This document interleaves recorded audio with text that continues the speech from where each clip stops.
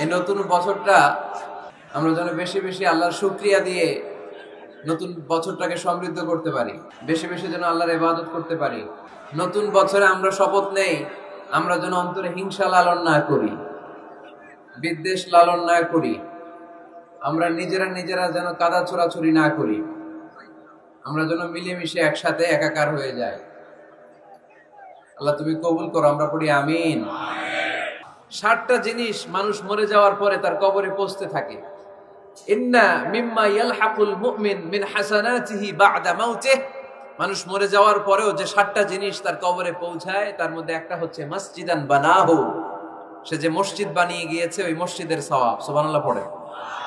আপনি টাকা দিয়ে মসজিদ বানিয়ে দিলেন, ওই মসজিদে মুসল্লিরা নামাজ পড়ে, রোজাদাররা এসে ওখানে ইফতার খায়, তাহাজ্জুদ আদায়কারীরা তাহাজ্জুদ পড়ে, তাদের সওয়াবের কমতি হবে না, কিন্তু তাদের সওয়াবের একটা পার্সেন্টেজ সওয়াব যে ব্যক্তি মসজিদ বানালো তার আমলনামায় আল্লাহ ঢুকিয়ে দেয়। সুবহানাল্লাহ বলতে পারলেন না? হে নামাজি আমার ঘরে নামাজে পড়ো আজ, দিল মে তোমার চরণ তলে হৃদয় যায় নামাজ। হে নামাজি আমার ঘরে নামাজে পড়ো আজ, দিল মে তোমার চরণ তলে হৃদয় যায় নামাজ। পড়েন আল্লাহু আকবার।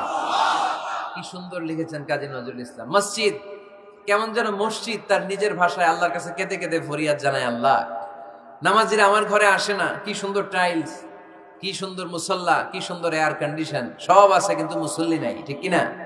মসজিদগুলো আল্লাহর কাছে ফরিয়াদ জানায়, এজন্য আমরা যেন মসজিদ মুখী হই। কি মুখী? কাজী নজরুল ইসলাম খুব সুন্দর করে বলেছেন, মসজিদেরই পাশে আমায় কবর দিও ভাই, ঠিক কিনা?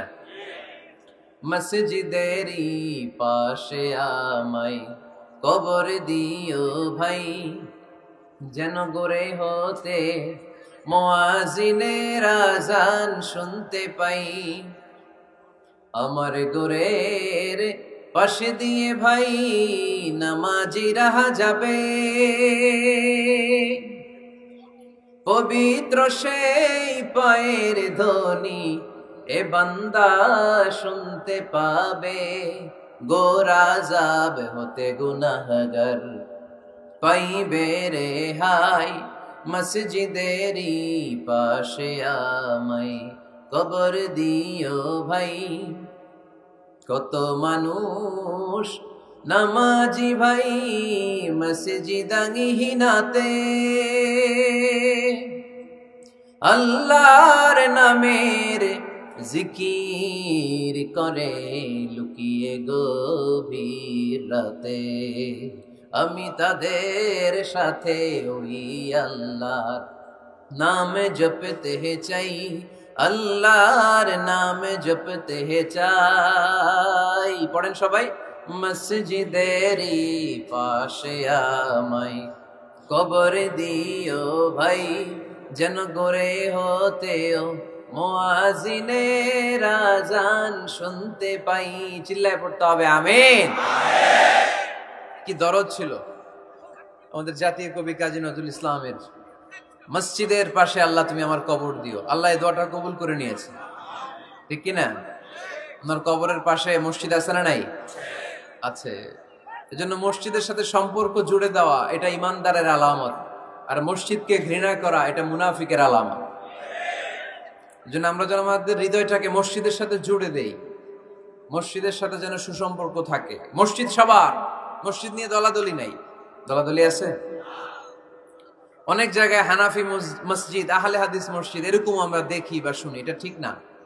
হানাফি মসজিদ বলে কোনো কথা নাই, আহলে হাদিস মসজিদ বলে কোনো কথা নাই। মসজিদ সবার।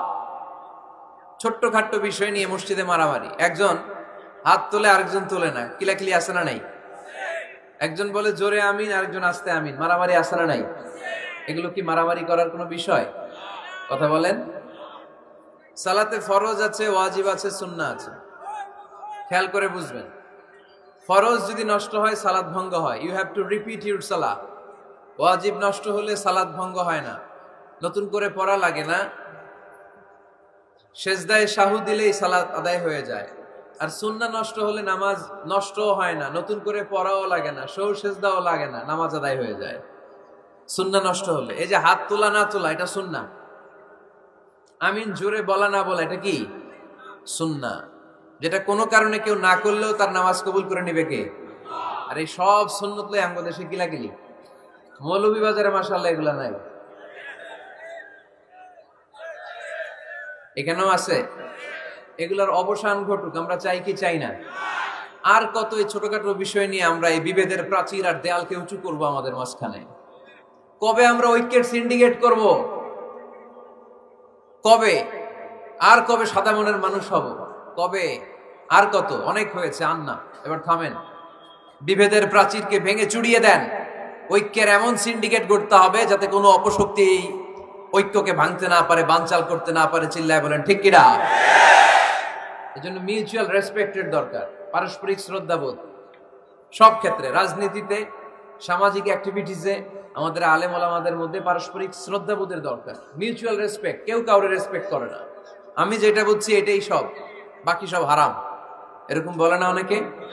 এরকম যেন না করি। তাহলে মসজিদ সবার, মসজিদ আল্লাহর হাবিব সাল্লাল্লাহু আলাইহি ওয়াসাল্লাম খ্রিস্টানদেরকে মসজিদে ঢুকতে দিয়েছেন, আর আমরা মুসলমান ভাইয়ের জন্য মসজিদে তালা ঝুলাই দেই, আছে না নাই? আল্লাহর হাবিব সাল্লাল্লাহু আলাইহি ওয়াসাল্লাম কোথাও গেলেই প্রথমে মসজিদ বানাতেন। কি বানাতেন? মসজিদ বানাতেন। মক্কা থেকে হিজরত করে মদিনায় আসলেন, কোবায় থাকলেন কয়েক সপ্তাহ, কোবা পল্লীতে তিনি মসজিদ বানালেন, মসজিদ কোবা। ওখানে প্রতি শনিবার কেউ যদি ওযু করে ওখানে যে 2 রাকাত নামাজ পড়ে, একটা কবুল উমরার সওয়াব আল্লাহ তাআলা তার আমলনামায় দিয়ে দেয়। মসজিদে কোবা বানালেন। তারপরে মদিনায় এসে মসজিদে নববী বানালেন আল্লাহর হাবিব সাল্লাল্লাহু আলাইহি ওয়াসাল্লাম, মসজিদে নববী। এটা ছিল আল্লাহ রাসূল সাল্লাল্লাহু আলাইহি ওয়াসাল্লামের বৈশিষ্ট্য, কোথাও গেলেই তিনি মসজিদ বানাতেন। মসজিদে নববী, হায় রে, এখন তো কত সুন্দর মসজিদ আমরা দেখি, আমরা যে সালাত পড়ি। আল্লাহর হাবিব সাল্লাল্লাহু আলাইহি সাল্লামের সময় মসজিদে নববী কি এরকম ছিল? কথা বলেন। ফ্লোর ছিল বালুর ফ্লোর। কিসের ফ্লোর? আমাদের মসজিদের ফ্লোর কিসের? টাইলস। আর আল্লাহ রাসূল সাল্লাল্লাহু আলাইহি ওয়াসাল্লামের মসজিদে নববীর ফ্লোর কিসের? কথা বলে না তো আওয়াজ করে উত্তর দেন না কেন? কষ্ট হচ্ছে? দুপুরে খাইছেন না সবাই? কেন খান নাই কেন? রোজা রাখছিলেন?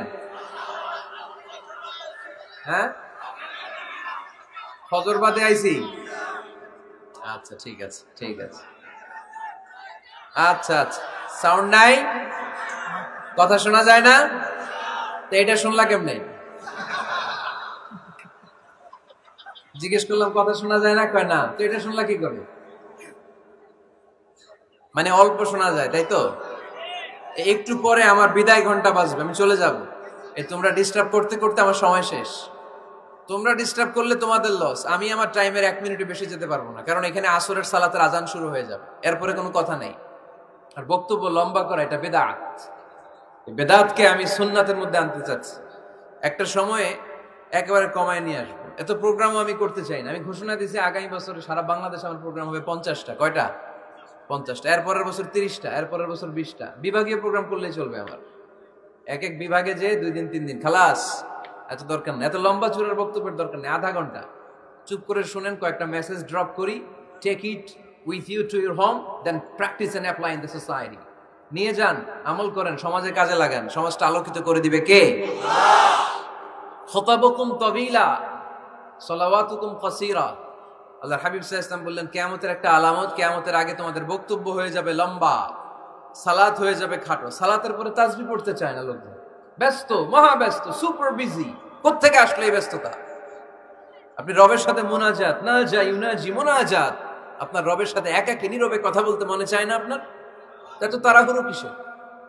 ধীর স্থির হন, একটু স্থির হন, একটু মনোদৈহিক প্রশান্তি অর্জনের চেষ্টা করেন। সব সময় ব্যস্ত, ধাক্কাধাক্কি, উচ্ছৃঙ্খলা, এগুলো আমাদেরকে শেষ করে দিয়েছে। এজন্য লম্বা চূড়া বক্তব্য ঠিক না। বক্তব্য শুনতে আমাদের ভালো লাগে, আমল করতে ভালো লাগে না। বক্তব্যটা শেষেই সিগারেট ধরায়, আছে না নাই? মাহফিল শেষেই বিড়ি ধরায়, কয় চমৎকার ওয়াজ করছে হুজুরে। ওয়াজটা সেরকম হয়েছে, অনেক কণ্ঠ সুন্দর হুজুরের। এতদিন ইউটিউবে দেখছি, আজকে সরাসরি দেখাইছি, আছে না নাই? কি লাভ হয়েছে? লাভটা হয়েছে কি? এই যে মাহফিল শেষে বিড়িটা ধরাইলেন আর গেলেন, কোনো লাভ হয় নাই। এগুলো থেকে বেরিয়ে আসতে হবে। বছরের পর বছর আমাদেরকে শেখানো হয়েছে একভাবে, কেউ এই পরিবর্তনের আওয়াজ তোলে নাই। আওয়াজ আপনাকে তুলতে হবে। আওয়াজ তোলার জন্য এত মানুষ লাগে না, আপনি একাই যথেষ্ট।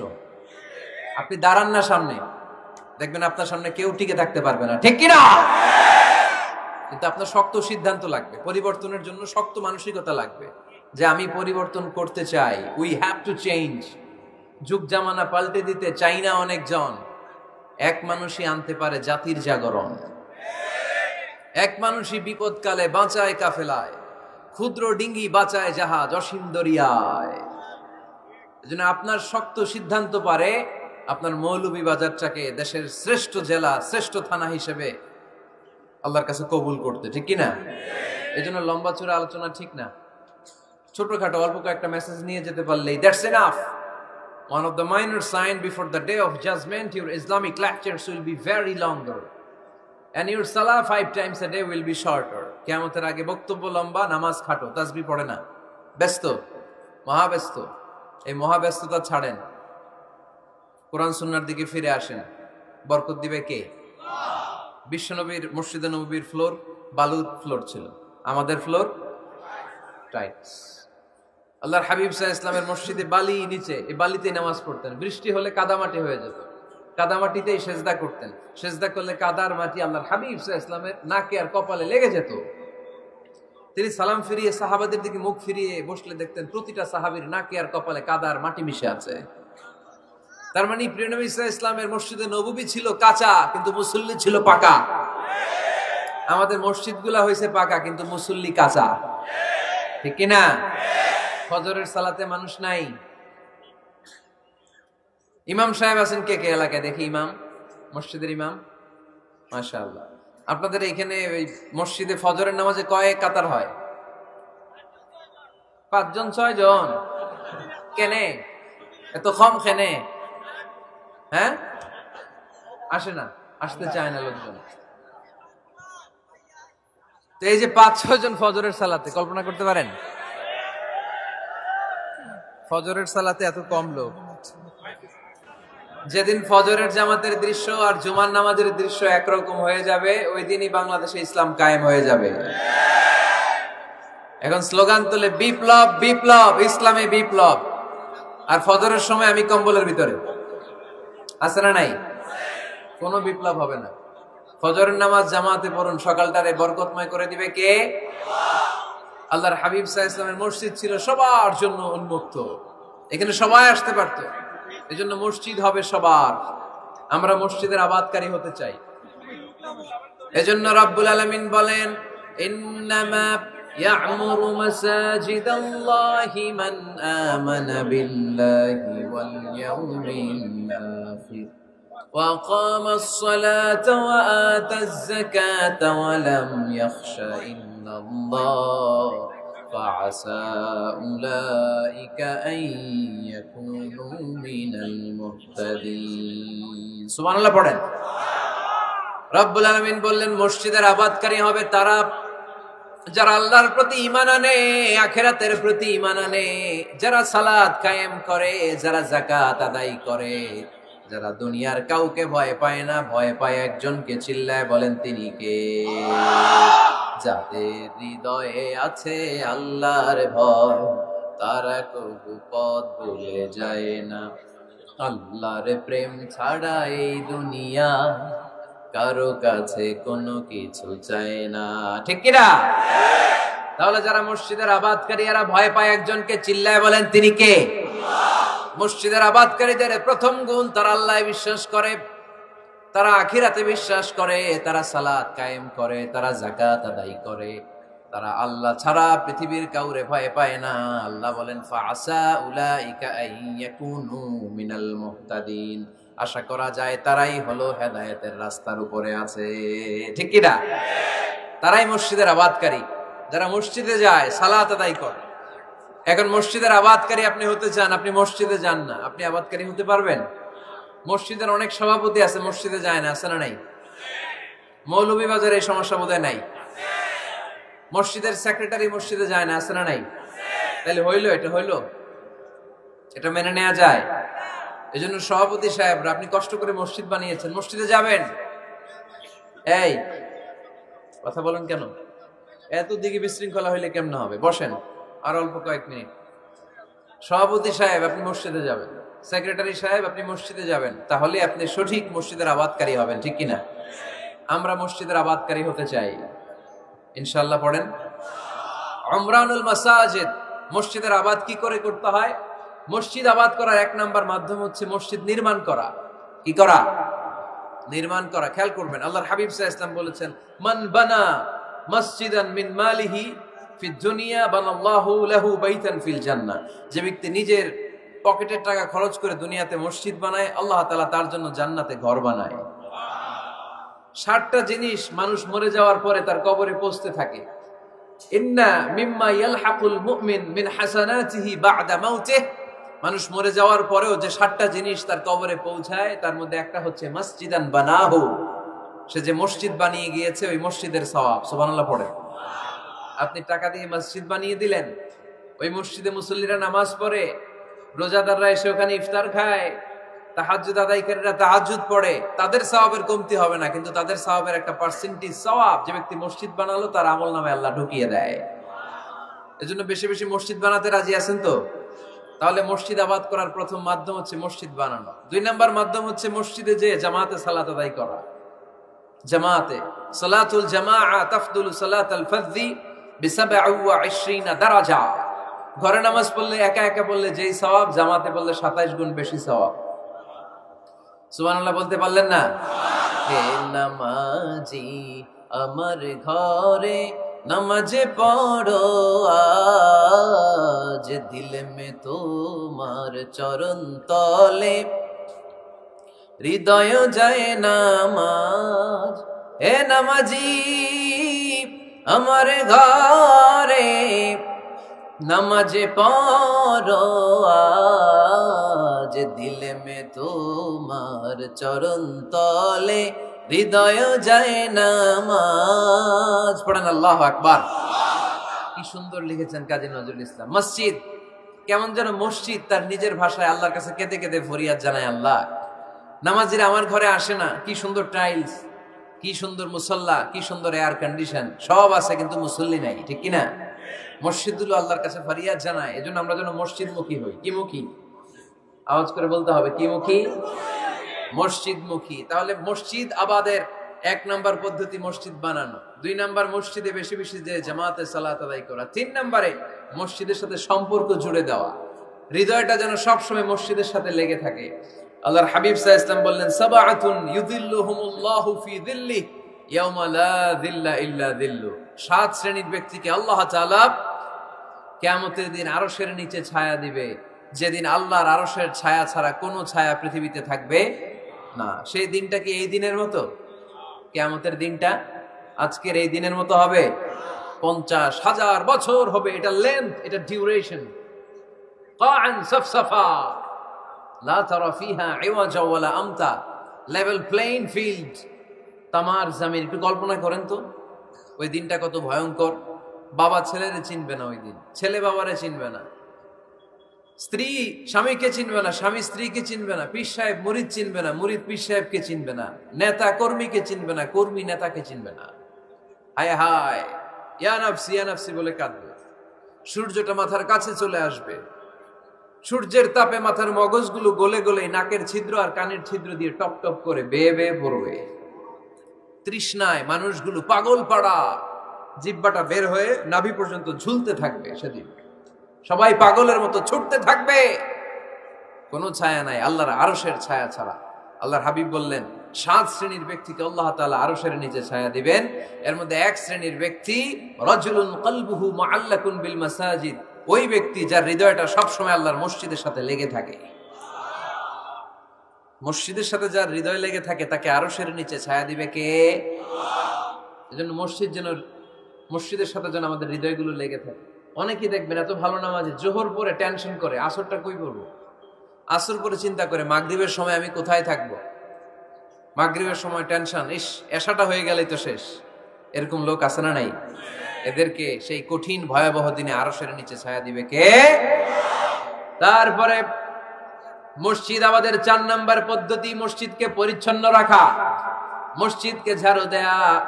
মসজিদকে যারা পরিষ্কার করে তাদের হৃদয়ের যন্ত্রণা দূর করে দেয় কে? সাইয়েদনা ইব্রাহিম আলাইহিস সালাম এবং ইসমাঈল আলাইহিস সালামকে আল্লাহ তাআলা আদেশ করেছেন, তাহহিরা বাইতিয়া লিত-তাইফিনা ওয়াল আকিফিনা ওয়ার রুকআইস সুজুদ। হে ইব্রাহিম, ইসমাঈল, বাপ বেটা দুইজন মিলে মসজিদ ঝাড়ু দাও। কি ঝাড়ু দাও? মসজিদেরি ঝাড়ু বড়দার, ও কামারে হাত শোনো আমারে মুনাজাত। পড়েন, শোনো শোনো ইয়া ইলাহি আমারে মুনাজাত, শোনো আমারে মুনাজাত। পড়েন আমিন।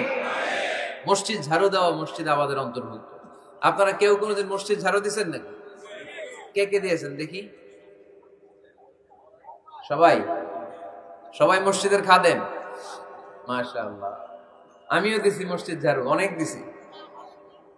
মাশাআল্লাহ, আল্লাহ তুমি কবুল করো।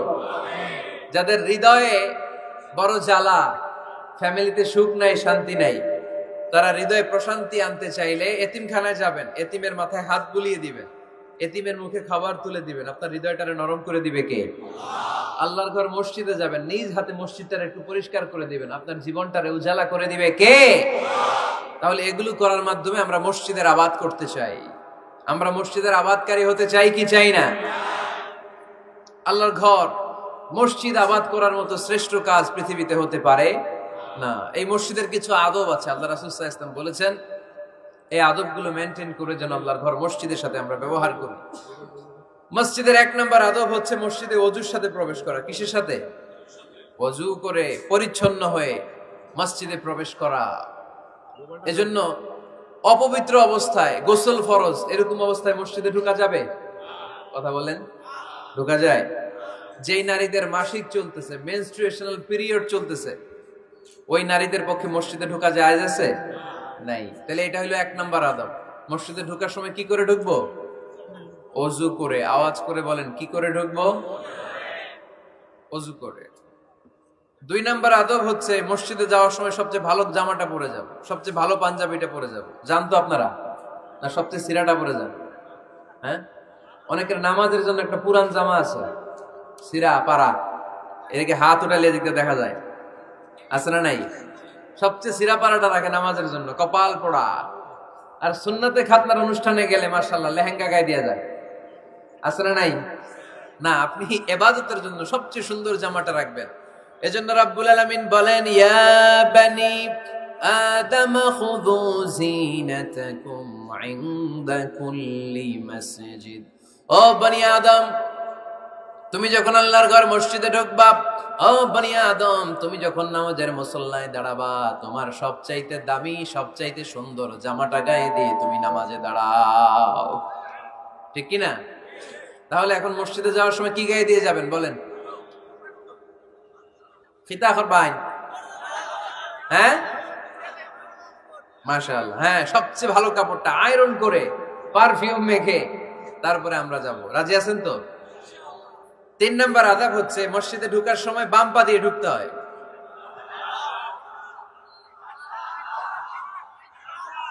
কোন পা? আরো জোরে। এদেরকে গুতা মারা লাগে, নাহলে আওয়াজ বাড়ে না। এরকম ভলিউম টাইট করতে হয়, ভলিউম হাই করলে আর করে বাড়ে। এমনি বলতে চায় না। ঘটনা কি? হ্যাঁ, খায় নাই। বদরের যুদ্ধ হয়েছিল রমাদানে, কোন সাহাবী খায় নাই। না খাইয়ে একেবারে সাইজ করে দিছে কাফেরদেরকে। আমরা না খেলেও আমাদের হৃদয়ে ইমানি শক্তি আছে না নাই? এই তো বোঝা যাচ্ছে ইমানি শক্তি আছে। এতক্ষণ আসলে কই? তো মসজিদে ঢোকার সময় কোন পা দিয়ে? এগুলো মনে থাকে আমাদের? ভুলা যাই আমরা, খেয়াল থাকে না তো এগুলা। এত কিছু মনের মধ্যে রাখলে এগুলো মনে থাকবে কেমনে? মসজিদে ঢোকার সময় কোন পা? আরো জোরে। বেরোয়ার সময় কোন পা? মনে থাকবে?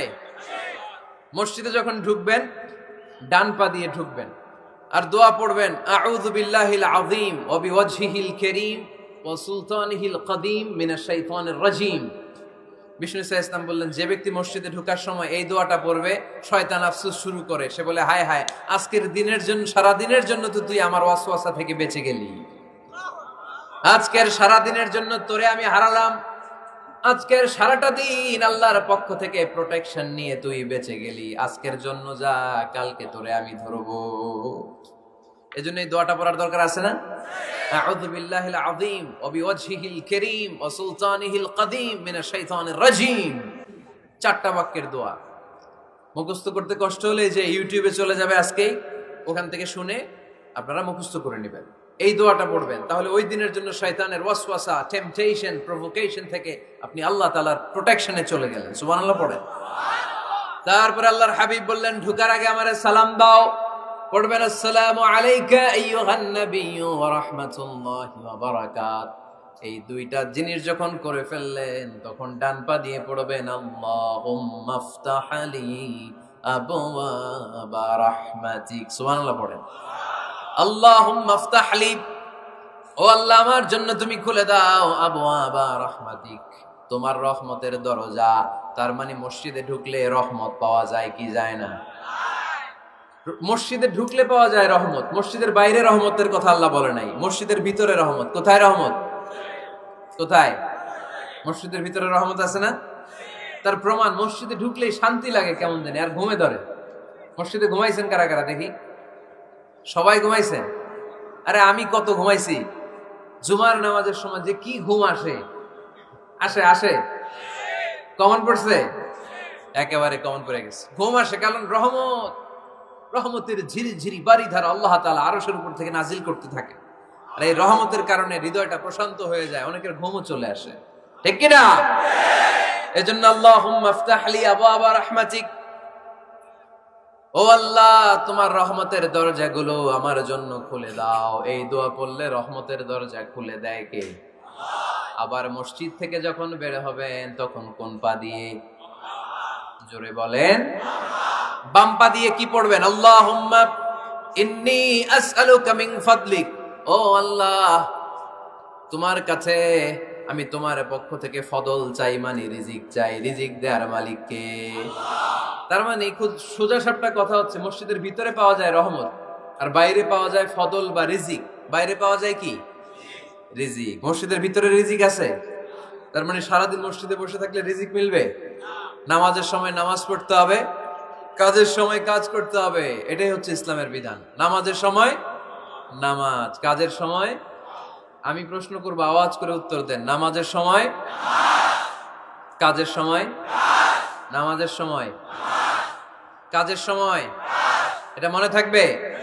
এজন্য আল্লাহ বললেন, ফাইদা কুদিয়াতিস সালাতু ফান্তাশিরু ফিল আরদি ওয়াবতাগু মিন ফাদলিল্লাহ। যখন তোমাদের সালাত শেষ হয়ে যায়, আল্লাহর রিজিক অন্বেষণের জন্য আল্লাহর জমিনে তোমরা ছড়িয়ে যাও।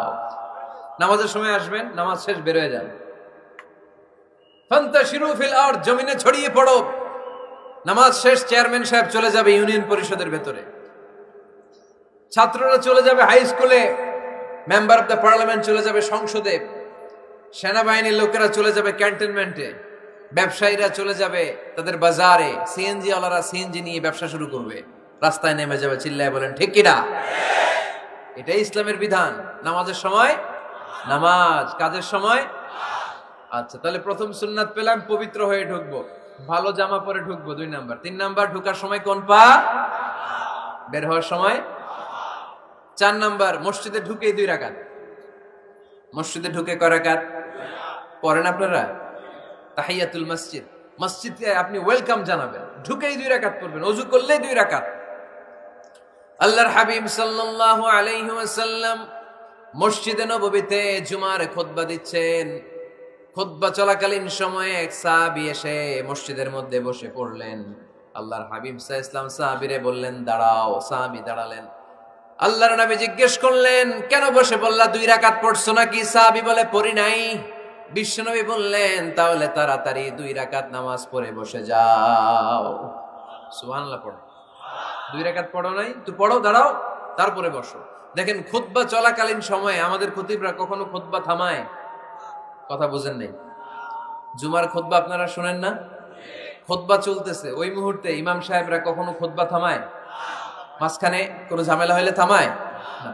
প্রথম খুতবা শেষ, বসে, তারপরে দ্বিতীয় খুতবা। খুতবার মাঝখানে কোনো থামাথামি নাই। কিন্তু আল্লাহর হাবিব সাল্লাল্লাহু আলাইহি সাল্লাম কেমন খতিব ছিলেন দেখেন। আল্লাহর হাবিব সাল্লাল্লাহু আলাইহি সাল্লামের খুতবা দেওয়ার স্টাইল এন্ড অ্যাটিটিউড এবং আমাদের খুতবা দেওয়ার স্টাইল এন্ড অ্যাটিটিউড, আল্লাহ রাসূল সাল্লাল্লাহু আলাইহি সাল্লামেরটা কত প্রাণবন্ত ছিল। আল্লাহ রাসূল সাল্লাল্লাহু আলাইহি সাল্লাম সোসাইটি ওরিয়েন্টেড একজন পার্সোনালিটি ছিলেন, সমাজের মানুষ কেন্দ্রিক, খুব সামাজিক ছিলেন আল্লাহ রাসূল সাল্লাল্লাহু আলাইহি সাল্লাম। তিনি দেখলেন একজন বসে পড়ছে, উনি খুতবা থামায় দিলেন। জুমার খুতবা থামায় বললেন, এই নামাজ পড়ছো না? পড়ো, 2 রাকাত পড়ো। আবার খুতবা শুরু করলেন। সুবহানাল্লাহ পড়বেন না? একবার তিনি খুতবা দিচ্ছেন, দেখলেন আল্লাহ রাসূল সাল্লাল্লাহু আলাইহি ওয়াসাল্লামের 2 জন নাতি হাসান আর হুসাইন রাদিয়াল্লাহু তাআলা আনহুমা, ছোট্ট মানুষ, কাতারের ভিতরে ঢুকে কোন সাহাবী টুপি টান দেয়, কারো পাগড়ি ধরে টান দেয়, একজন এদিকে দৌড় দেয়, আরেকজন ওদিকে দৌড় দেয়। মসজিদে একটা ডিস্টার্ব হচ্ছে। আল্লাহর হাবিব সাল্লাল্লাহু আলাইহি ওয়াসাল্লাম খুতবা থামিয়ে দিলেন, মিম্বার থেকে নেমে আসলেন, 2 নাতিকে 2 হাতে ধরলেন, ধরে আস্তে করে জান্নাতের এই 2 সর্দারকে নিয়ে মিম্বারের উপরে দাঁড়ালেন। এই হাতে এই নাতি, ওই হাতে আরেক নাতি। এরপর দাঁড়িয়ে দাঁড়িয়ে তিনি বাকি খুতবা দিলেন। পড়েন সুবহানাল্লাহ। কত প্রাণবন্ত খুতবা। উনিও খুতবা দিতেন, আমরাও খুতবা দেই। আল্লাহর হাবিব সাল্লাল্লাহু আলাইহি ওয়াসাল্লাম খুতবা দিচ্ছেন, এক সাহাবী এসে বলল, ইয়া রাসূলুল্লাহ, মদিনায় দুর্ভিক্ষ, বৃষ্টি নাই, আপনি বৃষ্টির দোয়া করেন। রাসূল সাল্লাল্লাহু আলাইহি ওয়াসাল্লাম খুতবা থামায় দিলেন, থামাই দিয়ে দোয়া শুরু করলেন। আল্লাহুম্মা আসকিনা গাইসান মুগীসান মারিআন মুরিআন নাফিআন গায়রা দার আজিলান গায়রা আজিল। আল্লাহ, উপকারী বৃষ্টি দেন, যে বৃষ্টিতে আমাদের ফসল জন্মাবে, সবুজ ঘাস লতা পাতা জন্মাবে, আমাদের গবাদি পশুর রিজিক বাড়বে। এরকম উপকারী বৃষ্টি আমাদেরকে দিয়ে মদিনাটারে ধন্য করে দেয়। বৃষ্টি শুরু হলো। জুমাবার বৃষ্টি, শনি রবি সোম মঙ্গল বুধ বৃহস্পতি শুক্র, টানা 7 দিন বৃষ্টি। এবার বৃষ্টির চোটে মদিনায় বন্যা হয়ে গেছে। এতদিনে দুর্ভিক্ষ, এতদিনে কি? এখন বৃষ্টির বরকতের দোয়া করছে, বৃষ্টিতে এবার বন্যা। যেই সাহাবী বৃষ্টির জন্য দোয়া করতে বলেছিলেন, পরের জুমাবারের খুতবার সময় এসে ওই সাহাবী বলেন, ইয়া রাসূলুল্লাহ, আবার খুতবার মাঝখানে, ইয়া রাসূলুল্লাহ, আর বৃষ্টির দরকার নাই, আর দরকার নেই, এবার বৃষ্টি বন্ধের দোয়া করেন। আল্লাহর হাবিব সাল্লাল্লাহু আলাইহি ওয়াসাল্লাম খুতবা থামিয়ে আবার বন্ধের দোয়া, আল্লাহুম্মা হাওয়ালাইনা ওয়ালা আলাইনা, হে আল্লাহ আমাদের চারিদিকে দেন, মদিনাতে আর বৃষ্টির দরকার নাই। চিল্লায় পড়েন সুবহানাল্লাহ। এজন্য খতিব হবে এরকম প্রাণবন্ত খতিব। সমাজে কি চলে, কি ক্রাইসিস, কি সংকট, ইয়াংরা কোন সমস্যায় ভোগে, আমাদের রাজনৈতিক অঙ্গনে কি সমস্যা, আমাদের অর্থনৈতিক অঙ্গনে কি সমস্যা, আমাদের সামাজিক অঙ্গনে কি সমস্যা, আমাদের পরিবারগুলোর ভেতরে কি ঝামেলা, প্রত্যেকটা কথা মসজিদের মিম্বার থেকে আসার দরকার আছে না নাই? আল্লাহর হাবিব সাল্লাল্লাহু আলাইহি ওয়াসাল্লাম এভাবেই সমাজকে ঠিক করে দিতেন। 2 রাকাত মসজিদে ঢুকে আজকে থেকে আমরা পড়ব। মসজিদে ঢুকলেই কয় রাকাত মনে থাকবে না ভুলে যাবেন? তারপরে আল্লাহর হাবিব সাল্লাল্লাহু আলাইহি ওয়াসাল্লাম বলেছেন, খবরদার কবরের উপর মসজিদ বানিও না। কবরস্থান একদিকে, মসজিদ আর একদিকে। কিন্তু বাংলাদেশে মসজিদের সাথে কবর মিলানো আছে না নাই? ছোট্ট একটা মসজিদ, কিন্তু এত বড় বাবার কবর আছে না নাই? এগুলো করবেন না আপনি। আগে হবে মসজিদ, পরে কবরস্থান। যেমন মসজিদে নববী হয়েছে আগে, তারপরে বিশ্বনবীর কবর এখানে আছে না নাই? মসজিদে নববী প্রতিষ্ঠিত হয়েছে আগে, পরে বাকি কবরস্থান আছে না নাই? কিন্তু কোন আল্লাহর ওলির কবরস্থানের উপরে যদি মসজিদ বানান, তার উপর লানাত দিয়েছে কে? লাআনা রাসূলুল্লাহ আলাল ইয়াহুদ ওয়ান নাসারা ইত্তাখাযু কুবুর আমবিয়াইহিম মাসাজিদা। আল্লাহর রাসূলের লানত ইহুদি নাসারাদের উপর, কারণ ইহুদি আর নাসারাদের একটা খাসলাত, একটা বৈশিষ্ট্য ছিল, তারা তাদের নবীদের কবরের উপরে মসজিদ বানায় ফেলত। এটা করা যাবে? এজন্য এলাকা এলাকায় এই ঝামেলা, কবর আর মসজিদ হবে আলাদা। আবার মসজিদের কেবলার দিকে যেন কবরস্থান না হয়, তাহলে শিরক হওয়ার সম্ভাবনা আছে না নাই? খুব সাবধান। আল্লাহ সব মাফ করে, কিন্তু শিরক মাফ করে না, ঠিক কি না? শিরক হচ্ছে মহাপাপ, সব পাপের বাপ। এজন্য আমরা সব করলেও শিরকের গুনাহ মুসলমান কখনো করতে পারে। এরপর আল্লাহর হাবিব বললেন, মসজিদকে পরিষ্কার পরিচ্ছন্ন রাখো, এটাও মসজিদের আদাব।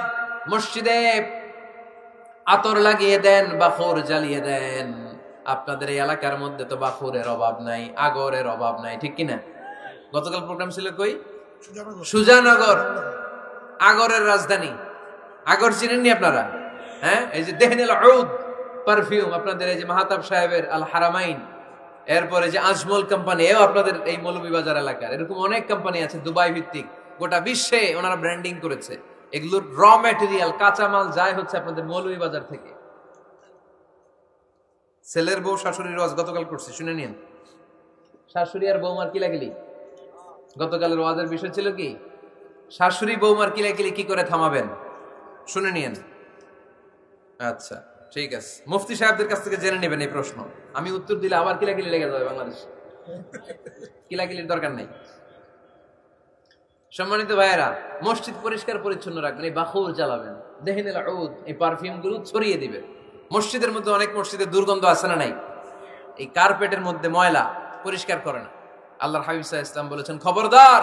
আম্মা জান আয়েশা বর্ণনা করেন, আমার রাসূলুল্লাহ সাল্লাল্লাহু আলাইহি ওয়াসাল্লাম বিবিনাইল মসজিদ ফি দুয়ার ওয়া আন তুতাইয়াবা ওয়া তুনাযাফ, আমরা যেন এলাকা এলাকায় মসজিদ বানাই, মসজিদগুলোকে যেন পারফিউম দিয়ে, আতর দিয়ে সুগন্ধময় করে দেই, বিশ্বনবী আদেশ করেছেন। সুবহানাল্লাহ পড়ুন। এজন্য কোনো অপরিচ্ছন্ন মসজিদ থাকতে পারবে না। মসজিদের পাশ দিয়ে গেলে আতরের ঘ্রাণে আমোদ হয়ে লোকজন যেন বুঝতে পারে এটা আল্লাহর ঘর, মসজিদ। চিল্লায় বলেন ঠিক কিনা? এরপরে আল্লাহর হাবিব সাল্লাল্লাহু আলাইহি ওয়াসাল্লাম বলেছেন, মসজিদের আরেকটা আদব হলো মসজিদকে অতিমাত্রায় ডিজাইন না করা। বেশি ডিজাইন করা যাবে না। এমন ডিজাইন করা যাবে না যে এটা মসজিদ বোঝাই যায় না। এত লাইটিং ফাইটিং করে, এটা কি মসজিদ না কমিউনিটি সেন্টার বোঝাই যায় না। আছে না নাই? আছে। এরকম যেন আমরা না করি সম্মানিত ভাইয়েরা। বিশেষ করে মসজিদের সামনের দেয়ালে। কোন দেয়ালে? সামনের দেয়ালটা, কেবলার দিকে যেই দেয়াল, এই দেয়ালটা হতে হবে ফ্রেশ, যাতে করে মানুষের দৃষ্টি আকর্ষণ না করে। প্রায় মসজিদের দেয়ালের মাঝখানে দেখবেন আপনি ক্যালেন্ডার ঝুলায় রাখে, আছে না নাই? মৌলভীবাজারের কি অবস্থা? খিতা খবর আছে? তো এই যে ক্যালেন্ডার ঝুলায় রাখে, ওইখানে দেখবেন বিভিন্ন মসজিদের ছবি, এতিমখানার ছবি, মানুষের ছবি। তো মানুষ নামাজও পড়ে, আবার ওগুলোও তাকায়, আছে না নাই? প্রথম কাতারে পরে ওইখানে কি লেখা, এগুলো পরে, তার ডিস্টার্ব হচ্ছে না? এই মুসল্লির দৃষ্টি যাতে অন্যদিকে না যায়, এটা খেয়াল রাখতে হবে। যদি পারা যায়, মসজিদের সামনে কোনো ঘড়ি টড়ি চলবে না। ঘড়ি মসজিদের পেছনের দেয়ালে, সময়সূচি পেছনের দেয়ালে, সব পেছনে। সময় কয়টা বাজে ওটা ইমাম দেখলেই চলবে, ইমাম এভাবে দেখে নিবে, আপনারাও দেখে নিবেন। কিন্তু সামনের দেয়ালটা যত সিম্পল করা যায়। আল্লাহর হাবিব সাল্লাল্লাহু আলাইহি ওয়াসাল্লাম নামাজ পড়া অবস্থায় সামনে এমন কিছু রাখতেন না যেটার দ্বারা আল্লাহর হাবিব সাল্লাল্লাহু আলাইহি ওয়াসাল্লামের সালাতে মনোযোগ অন্যদিকে চলে যায়। আমরা যখন সালাত পড়ি, যদি অন্যদিকে তাকাই, ফেরেশতার মাধ্যমে আল্লাহ একটা ডাক দেয়, বলে আকবিল, এই বান্দা ফিরে আয়, তোর নজর থাকা দরকার সিজদার জায়গায়, ফিরে আয়। আপনি আবার যখন অন্যদিকে তাকান, আল্লাহ বলে ফিরে আয়, সিজদার দিকে তাকা। আপনি আবার যখন ঘড়ির দিকে তাকান, আল্লাহ বলে আকবিল, ফিরে আয়, সিজদার দিকে তাকা। আপনি যখন আবার অন্যদিকে তাকান, তখন আল্লাহ বলে লা হাজাতা লি ইলা সালাতিক, তোর এই নামাজের দরকার আমার নাই। নাউজুবিল্লাহ পড়বেন না? তোর এই নামাজের দরকার আমার নাই। অজু করে কষ্ট করে যাকে খুশি করার জন্য আপনি সালাতে দাঁড়ালেন, উনি যদি বলে এই নামাজের দরকার নাই, তা কার জন্য নামাজ পড়লেন আপনি? কথা কি বুঝতে পেরেছেন? এই জন্য এলাকার গণ্যমান্য ব্যক্তিবর্গ আছে, আমাদের চেয়ারম্যান সাহেব আছে, আরো অন্যান্য বিজনেস ম্যাগনেটরা আছে। আপনারা মসজিদ যখন নির্মাণ করবেন, সামনের দেয়ালটা যত সাদামাটা হতে পারে ততই ভালো। এমনকি জায়নামাজের মধ্যে এখন কাবা ঘরের ছবি আছে না নাই? আছে না? কি মুসলমান আমরা, নিজের কাবারে নিজে লাথি মারি নামাজের আগে, মনের অজান্তে নিজের কাবাকে নিজে লাথি মারছি। এরকম জায়নামাজ ব্যবহার করা নিষেধ। চিল্লায় বলেন ঠিক কিনা? সাদা ফ্রেশ জায়নামাজ বাজারজাত করেন, আপনাদের সিদ্ধান্তই ওনাদের ব্যবসা বয়কট হয়ে যাবে। আপনারা যদি এখন থেকে মসজিদের মিনারা আর কাবা ঘরের যে প্রতিকৃতি বা ছবি, এরকম ছবি সম্বলিত জায়নামাজ কিনা বন্ধ করে দেন, এদের মার্কেট থাকবে? কথা বলেন। কালকে থেকে আমরা জায়নামাজ কেনার সময় ফ্রেশ জায়নামাজ কিনবো। কোন মসজিদ, কোন মিনার, আমাদের কাবা ঘরের ছবি সম্বলিত কোন জায়নামাজ কিনা যাবে? আওয়াজ করে বলেন, যাবে? যাবে না। এগুলো হচ্ছে মসজিদের আদাব। এগুলো রক্ষা করে মসজিদে ঢোকার দরকার আছে না নাই? পৃথিবীতে 3টা মসজিদ সবচাইতে শ্রেষ্ঠ মসজিদ। কয়টা? আওয়াজ করে বলেন না। 1 নাম্বার মসজিদুল হারাম, ফাওয়াল্লু উজুহাকুম শাতরা, যেখানেই তোমরা নামাজ পড়ো না কেন মসজিদের হারামের দিকে হয়ে নামাজ পড়ো। কেবলা কোন দিকে আজকে? এদিকে, এইদিকে কেবলা। আমি যদি এদিকে হয়ে পড়ি, নামাজ হবে না? হবে না কেন? কারণ কেবলামুখী হয়ে নামাজ পড়া ফরজ। চিল্লায় বলেন ঠিক কিনা? মসজিদুল হারাম পৃথিবীর প্রথম মসজিদ। ওখানে একটা ঘর আছে, ঘরটার নাম হলো কাবা। ইন্না আউওয়ালা বাইতিন উদিআ লিন-নাসি লাল্লাযী বিবাক্কাতা বিবাক্কাতা মুবারাকা। এই পৃথিবীর প্রথম ঘর যেই ঘরটা স্থাপিত হয়েছে বাক্কা শহরে। বাক্কা মক্কার আগের নাম, এখন শহরের নাম মক্কা, আগে নাম ছিল কি? সবাই বলেন কি নাম ছিল? বাক্কা। এটা পৃথিবীর আদি ঘর, সব নবীদের পরশধন্য পদধূলিতে এই জায়গাটা বরকতময় হয়েছে। এটা এমন ঘর যেই ঘরের চারদিকে 1 রাকাত নামাজ পড়লে 1 লক্ষ রাকাতের সওয়াব পাওয়া যায়। হজ উমরা করেছেন কে কে দেখি? হজ উমরা করেছেন আপনারা না? মাশাআল্লাহ। আমরা যারা করতে পারি নাই আল্লাহ তাদেরকেও তৌফিক দাও। আমরা যেন এই কাবা ঘরে যে প্রাণ ভরে সালাত আদায় করতে পারি, আল্লাহ তৌফিক দান করো। আমরা যেন মসজিদে নববীতে যে প্রাণ ভরে সালাত পড়তে পারি, তৌফিক দান করো। আল্লাহর হাবিব সাল্লাল্লাহু আলাইহি ইসলামের কবরের সামনে দাঁড়িয়ে যেন আমরা প্রাণ খুলে মন প্রাণ উজাড় করে বিশ্বনবী সাল্লাল্লাহু আলাইহি ইসলামকে সালাম দিতে পারি, আল্লাহ তৌফিক দান করো। এই কাবা ঘরকে কেন্দ্র করে প্রতিদিন 100টা রহমত নাজিল হয়। আওয়াজ করে বলেন কয়টা? আল্লাহর হাবিব বললেন প্রতিদিন প্রতিনিয়ত 100টা রহমত নাজিল হতেই থাকে। 60টা রহমত তাদের উপর নাজিল হয় যারা কাবা ঘরের চারদিকে তাওয়াফ করে। 40 লিল মুসাল্লিন, বাকি 40টা নাজিল হয় যারা কাবা ঘরের পাশে নামাজ পড়ে। ওয়া 20 লিন নাযিরিনা ইলাল কাবা, বাকি 20টা রহমত প্রতিনিয়ত নাজিল হয় যারা তাওয়াফ করে না, সালাত আদায় করে না, শুধু কাবার গিলাফের দিকে তাকিয়ে থাকে। কাবার দিকে তাকায় থাকলেই সওয়াব। সুবহানাল্লাহ পড়েন। 1 রাকাতে কয় লক্ষ রাকাতের সওয়াব। এজন্য আল্লাহর হাবিব সাল্লাল্লাহু আলাইহি ওয়াসাল্লাম বলেছেন লা তুশাদ্দুর রিহাল ইল্লা ইলা সালাসাতি মাসাজিদা, স্পেশাল ভার্চু এন্ড রিওয়ার্ড, বিশেষ সওয়াবের নিয়তে পৃথিবীর এই 3টা জায়গা ছাড়া কোথাও নিয়ত করে ভ্রমণ করা জায়েজ নাই। 1 হচ্ছে মসজিদুল হারাম, 2 হচ্ছে মসজিদ নববী, 3 হচ্ছে মসজিদুল আকসা। এই 3টা মসজিদ ছাড়া পৃথিবীর কোনো মসজিদে নিয়ত করে সফর করা যাবে না। বিশেষ নিয়তে সফর করা যাবে না যে আমি যদি এই মৌলভীবাজারের জামে মসজিদে যাই বেশি সওয়াব পাওয়া যাবে, এই নিয়তে সফর করা যাবে না। বেশি সওয়াব শুধু এই 3 মসজিদে। মসজিদুল হারামে 1 রাকাতে কত রাকাতের সওয়াব? কথা কয় না, বুঝে নাই বোধহয়। কয় লক্ষ? আর মসজিদে নববীতে 1 রাকাতে 1000 রাকাতের সওয়াব। আরেক বর্ণনায় আছে 50,000, বর্ণনাটা দুর্বল। সহিহ বর্ণনায় এসেছে 1 রাকাতে 1000 রাকাতের সওয়াব। মসজিদুল আকসায় সালাত পড়লে 1 রাকাতে, এক বর্ণনায় এসেছে 250 রাকাতের সওয়াব, আরেক বর্ণনায় এসেছে 500 রাকাতের সওয়াব। এই 3টা মসজিদ ছাড়া নামাজ পড়লে বেশি সওয়াব হবে, এই নিয়তে সফর করা যাবে? চিল্লায় বলেন যাবে। তবে মসজিদটা দর্শন করার জন্য যেতে পারবে। মসজিদটা দেখতে কেমন, এটার ক্যালিওগ্রাফিক্যাল ডিজাইন কেমন, এটার আর্কিটেকচারাল ডিজাইন কেমন, এটার দৃষ্টিনন্দন সৌন্দর্য কেমন, মসজিদটা দেখতে কেমন, দেখতে যেতে পারবেন। কিন্তু বিশেষ সওয়াব রিওয়ার্ড এই 3টা মসজিদ ছাড়া অন্য কোনো মসজিদের জন্য হবে না। এই মসজিদ হচ্ছে আমাদের সামাজিক ঐক্যের কেন্দ্রবিন্দু, এটা হচ্ছে আমাদের কমিউনিটি সেন্টার। আমরা শুধু নামাজের জন্য মসজিদকে ইউজ করি, এছাড়া আরো অনেক ইউসেজ আছে মসজিদের। খেয়াল রাখবেন, আমাদের মুসলমানদের মসজিদ হিন্দুদের মন্দিরের মতো নয়। কোথায় আজান হইছে? শেষ করে দিব না? সুবহানাকাল্লাহুম্মা ওয়া বিহামদিকা আশহাদু আল্লা ইলাহা ইল্লা আনতা আস্তাগফিরুকা ওয়া আতুবু ইলাইক। আল্লাহ আমাদের সবাইকে কথাগুলো বুঝার আমল করার তৌফিক দান করুন।